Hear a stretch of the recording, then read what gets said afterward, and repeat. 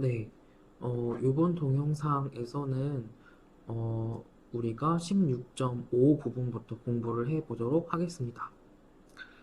우리가 지난 동영상에서 마지막에 어, 부채를 통해서 자금을 조달을 했을 때 그 내는 이자 곱하기 세율만큼 회사에 절세 효과를 가져다 주더라. 그래서 결국 우리는 지난 동영상 끝부분에서 뭐야 그러면 회사가 100%를 부채로 가져갔을 때 자기 그 회사의 자본 구조로 가져갔을 때가 최적이더라라는 좀 불합리한 결론까지 도달을 했습니다.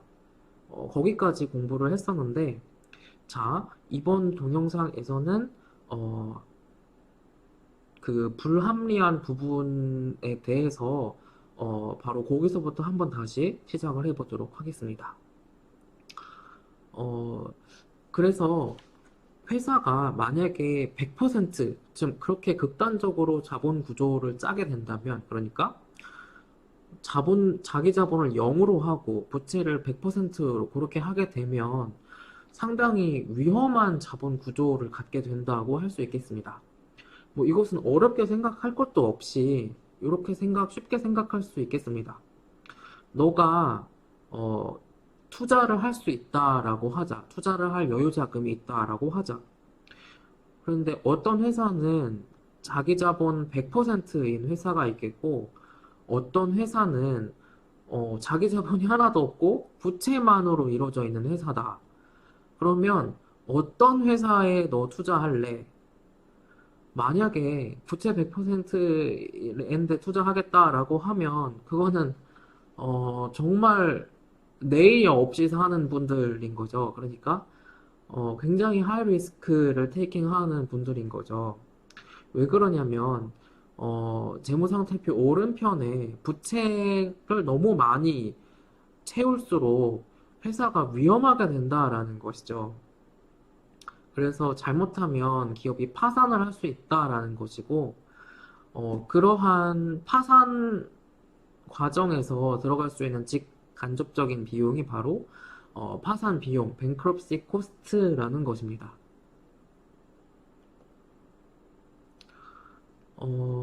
그래서 아까와 같이 우리가 부채가 100%인 회사, 그런 경우에는 사실 기업의 가치가 0인 회사가 됩니다. 이제 그러한 경우에는 채권자에게 회사가 넘어가게 되는 것이고 잘못하면 파산을 하게 되는 것이죠. 가장 유명한 파산 사건 중에 하나가 2008년 9월 미국 리만 브라더스가 파산을 했던 것인데 이렇게 회사를 파산을 급하게 하다 보니까 그러니까 현금화를 좀 급하게 하다 보니까 급매를 하게 된 거죠. 내가 집주인이라고 생각을 해보세요. 근데 내가 갑자기 뭐 발령이 지방으로 아니면 어떤 다른 도시로 나서 내가 지금 살고 있던 집을 급하게 좀 팔아야 돼. 그러면 시세보다 싸게 팔아야 급하게 팔 수가 있겠죠. 그쵸? 그러니까 리만 브라더스도 현금화를 급하게 하느라고, 급매를 하느라고 굉장히 회사를 싸게 팔아 넘길 수밖에 없었습니다. 그리고 이렇게 지금 보시면 뭐 파산을 하기 위해서 이렇게 직간접적으로 들어간 비용들이 엄청나게 많았다고 하고요. 그래서 이러한 것을 직접적인 파산 비용이라고 하고 부채가 이렇게 많아질수록 파산 확률이 증가한다라는 것입니다. 그리고 이러한 파산 비용에는 앞에서 살펴본 직접 파산 비용이라는 것도 있지만 간접 파산 비용이라는 것도 있습니다. 뭐냐면 기업의 재무상태표에서 오른편에서 자기 자본 대비 부채를 너무 많이 이제 끌고 올수록 재무적 공경, financial distress에 처할 확률이 올라간다라는 것입니다. 그러면 이런 위험한 회사한테 누가 돈을 빌려주려고 하겠어요. 그래서 근데 그 회사가 돈은 더 필요하다라고 하자. 그러면 돈 빌리려면 더 비용을 더 많이 들이게 될 테고 또 돈 빌려오는데 또 돈 위험한 회사니까 또 더 비싸게 돈 빌려야 되고 더 비싸게 돈 빌려야 되고 이제 이러한 간접 비용도 계속 늘어나게 된다는 것이죠.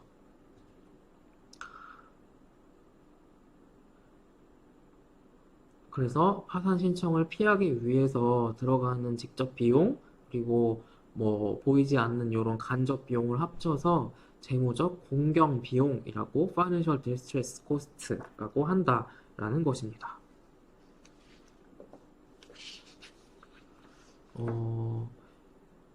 2008년에 GM하고 포드도 되게 재무적으로 건경한 어려운 상태에 처해 있었던 경우가 있는데 이렇게 자동차 회사가 어려운 경우라고 하자. 그러면 여기 미국인들도 그랬던 것처럼, 아니, 자동차 회사가 망하면 나중에 AS는 어떻게 받아야 되고, 고장나면 어떻게 수리받아야 되지? 그러니까 회사가 어려운데, 차는 또 더 안 팔리고, 차가 또 안 팔리니까 또 회사는 더 어려워지고, 회사가 또 어려워지니까 또 차는 더 안 팔리고, 계속 이런 악순환에 시달렸다는 것입니다. 그래서 이러한 것이 재무적 공경 비용이라는 것이고요. 그래서 결국 기업은 부채로 조달할 수 있는 자본의 한계를 두게 되는 것입니다. 즉, 아무리 부채로 인한 절세 효과가 있다고 하더라도 회사의 재무상태표의 오른편을 다 100%로 부채를 채우냐? 절대 그렇게 안 된다라는 것입니다. 왜? 너무 부채를 많이 끌고 오게 되면 회사가 파산할 수 있는 확률이 올라가기 때문에 자기 자본과 부채가 어떤 적정한 비율을 가져야 한다라는 최종적인 결론에 이르게 되는 것이죠. 그래서 우리는 이 16.5에서 결국 이 최적 자본 구조라는 것은 뭐냐? 자기 자본과 부채의 비율이 몇 대 몇이다 라고 이렇게 딱 말을 할 수는 없겠지만 절대 부채가 100% 너무 부채가 많아도 안 되고 그리고 우리가 앞에서 배운 것처럼 부채로 자본을 끌고 오는 것에 대해서는 절세 효과가 있기 때문에 그렇다고 부채를 너무 안 써도 안 되겠다. 즉 부채를 어느 정도까지는 쓰는 것이 회사한테 최적 자본 구조다라는 이 최종적인 결론에 도달하게 됩니다. 그래서 이 16단원에서 지금 우리가 네 번째, 16단원 상으로는 세 번째 지금 동영상인데, 조금 지금 앞부분을 빨리빨리 넘어왔죠. 그래서 지금 결국 이 얘기를 하고 싶어서 우리가 이 앞에 수많은 스토리를 거쳐온 것입니다. 즉, 뭐다? 진짜 딱 한 줄로 정리하면 회사한테 최적인 자본 구조는 뭐다? 회사가 부채를 쓰면 쓸수록 부채에 대해서 내는 이자에는 절세 효과가 있다. 그러니까 부채를 안 쓰는 것보다는 부채를 쓰는 것이 회사한테는 좋다. 그런데 바로 우리가 16.5에서 본 것처럼 부채를 너무 많이 끌고 오면 회사가 아예 망할 수가 있다니까? 그러니까 부채를 쓰기는 쓰되 너무 많이 쓰면 안 된다. 그 자기 자본하고 부채의 비율이 몇 대 몇이 최적이라고 딱 꼽아서 말을 할 수는 없지만 너무 부채를 많이 쓰는 것도 안 좋다라는 이러한 결론에 도달하게 됩니다. 그래서 자본 구조의 정태 이론이라는 것이 결국 뭐냐면 재무적 공경의 확률이 증가함에 따라 발생하는 비용과 부채를 끌고 오면 끌고 올수록 절세되는 효과, 그게 딱 어떤 균형을 이루는 점까지만 회사가 부채를 쓰는 것이 최적의 자본 구조다라는 것이 이 자본 구조의 정태 이론이 되겠습니다. 그래서 이 그래프를 통해서 한 방에 정리를 해보면 이 수평축이 총 부채입니다. 그래서 점점점 오른쪽으로 갈수록 부채를 많이 쓰는 경우를 나타내는 거고 수직축은 기업의 전체 가치를 나타냅니다. 그래서 올라가면 올라갈수록 기업의 가치가 올라간다라는 것입니다. 그래서 첫 번째는 법인세를 포함하지 않는 MMA 일명제 같은 경우에는 지금 수평선이죠. 우리가 맨 처음에 살펴본 것처럼 뭐 부채를 얼마만큼을 쓰든 6대4로 가든 4대6으로 가든 기업의 가치에 영향 미치는 게 없다를 우리가 이 수평축을 첫 번째로 살펴보았던 거고요. 그런데 이제 법인세를 포함하는 그 경우에는 부채를 쓰면 쓸수록 절세되는 효과가 있기 때문에 기업의 가치가 부채를 쓰면 쓸수록 증가를 하더라라는 것입니다. 그리고 결국 우리는 근데 부채를 너무 많이 쓰면 기업이 아예 파산할 수가 있다니까? 그래서 우리는 결국 어떤 결론에 방금 도달을 했다? 절세 효과가 있기 때문에 부채를 쓰면 쓸수록 회사의 가치가 올라간다. 근데 그게 어느 포인트인지는 모르겠으나 부채를 너무 과도하게 쓰게 되면 회사가 아예 파산할 위험에 놓이게 된다. 그래서 그 포인트 이상부터는 부채를 쓰면 쓸수록 오히려 회사의 가치, 기업의 가치가 떨어지게 되더라. 그래서 요 포인트까지만 부채를 끌어오는 것이 회사의 최적 자본 구조가 되더라. 라는 것을 우리가 최종 결론으로 살펴볼 수 있었던 것입니다.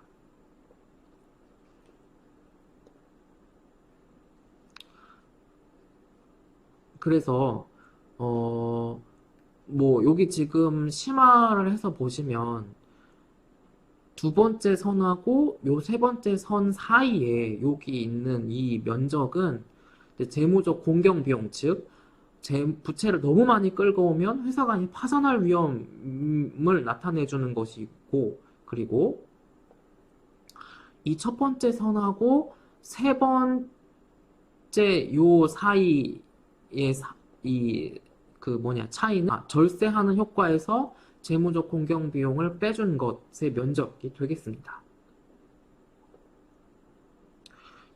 그래서 이제 우리는 방금 살펴본 것에서는 수직축을 지금 기업의 가치로 살펴봤잖아요. 근데 우리가 지금 여기서는 비용을 기준으로 한번 그래프를 통해서 살펴보겠습니다. 혹은 외기라고 쉽게 생각하셔도 되고, 그래서 우리는 외그로 생각하면 이게 오른편으로 갈수록 부채를 많이 쓰는 거니까, 자기 자본 부채 비율이니까 부채를 오른쪽으로 갈수록 많이 쓰는 거죠. 그래서 부채를 쓰면 쓸수록 절세 효과 때문에 외기 떨어지더라. 그런데 이게 너무 어느 포인트가 될지는 모르겠으나 부채를 과도하게 쓰게 되면 그 포인트부터는 오히려 외액이 올라간다라는 것입니다. 그래서 요 점이 최적 자본 구조에서의 외액인 것이 되겠습니다. 그래서 우리는 결국 지금 여기 PPT 43, 44, 46 부분이 지금 우리가 배운 부분을 최종적으로 결론을 내본다고 할 수가 있겠습니다. 우리가 맨 처음에 살펴본 것은 세금도 없고 파산도 없는 경우입니다. 그래서 MMA 1명제에서 이런 경우에는 회사가 4대6으로 가든 자본 구조를 6대4로 가든 회사에 아무 미치는 영향이 없어요 라는 요것을 살펴본 것입니다. 여기는 기업의 가치가 Y축이고 여기는 비용인 경우입니다. 그래서 요 노란 선이 우리가 맨 처음에 살펴본 케이스가 되겠습니다. 그리고 우리는 16.4 부분에서 세금이라는 것, 즉 대표적인 회사가 내는 세금인 법인세라는 것을 추가를 해서 아니다.